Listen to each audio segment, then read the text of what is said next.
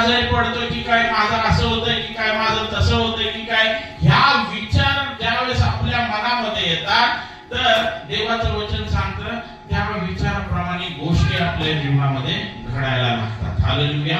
म्हणून भीतीला आपल्यावरती हावी होऊ देऊ नका. भीती आली येऊ द्या, भीती वाटणार, आपण मनुष्य आहोत. असं नाही की मला कसलीच भीती वाटत नाही. भीती वाटते, ठीक आहे, नो प्रॉब्लेम. मनुष्य आहोत, भीती वाटते, वाटू द्या. परंतु ज्या वेळेस तुम्हाला भीती वाटेल त्यावेळेस त्या भिडवणाऱ्या सैतानाला सांगा की परमेश्वराने मला भित्रेपणाचा नाही तर सामर्थ्याचा आत्मा दिलेला आहे. मला त्याची भीती वाटते. अशी भीती आहे का ती? नाही, ही आध्यात्मिक भीती आहे. आणि ती सांगत आहे परमेश्वराचं भय ज्ञानाचा आरंभ आहे. म्हणजे ज्ञानाची सुरुवात कुठून आहे?